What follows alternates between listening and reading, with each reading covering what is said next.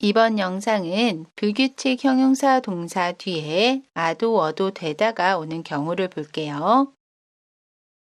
먼저 디귿 불규칙 동사 듣다 뒤에 아도 어도 되다가 오는 경우를 보면 먼저 다를 지웁니다.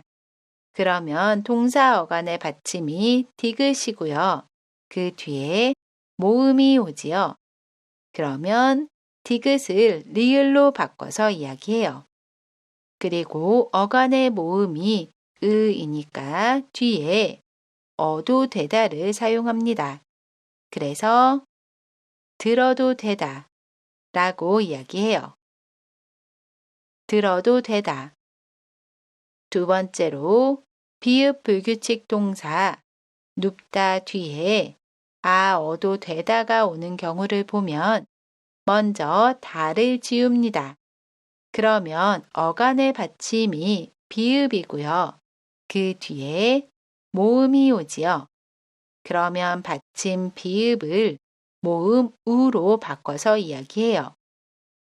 그리고 모음 우 뒤에는 어도 되다를 사용합니다. 그래서 누워도 되다 라고 이야기해요. 누워도 되다. 세 번째로 불규칙 동사 쓰다 뒤에 어도 되다가 오는 경우를 보면 먼저 다를 지웁니다.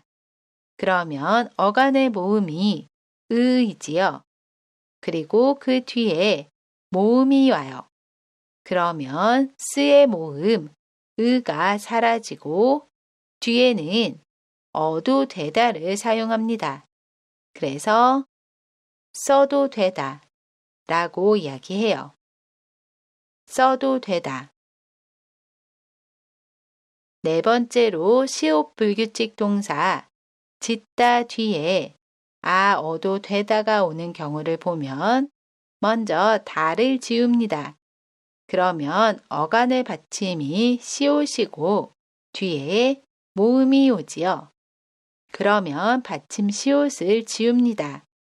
그리고 동사 어간의 모음이 이니까 뒤에 어도 되다를 사용해요. 그래서 지어도 되다 라고 이야기합니다. 지어도 되다.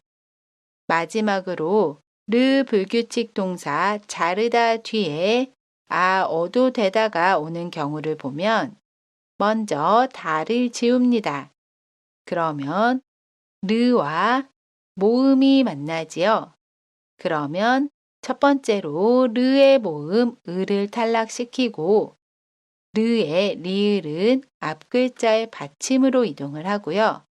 리을을 추가해서 이야기해요. 그리고 어간의 모음이 아이지요. 그러면 뒤에 아도 되다를 사용해요. 그래서 잘라도 되다 라고 이야기합니다. 잘라도 되다. 연습 문제입니다. 한번 풀어보시고요. 정답은 댓글에 남겨주세요. 이번 영상은 여기까지입니다. 저는 다음 영상에서 다시 뵐게요. 안녕히 계세요.